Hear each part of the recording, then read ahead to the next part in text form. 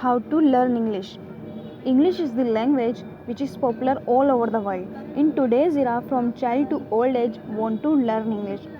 Everyone wants to learn English, but not everyone knows how to learn. But that doesn't mean that your brain is weak, so you have failed to learn English.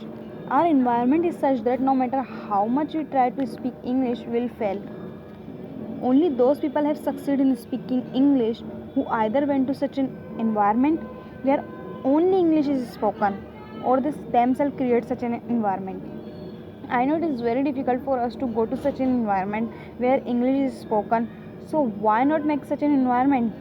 Now the question comes that how to become such an environment.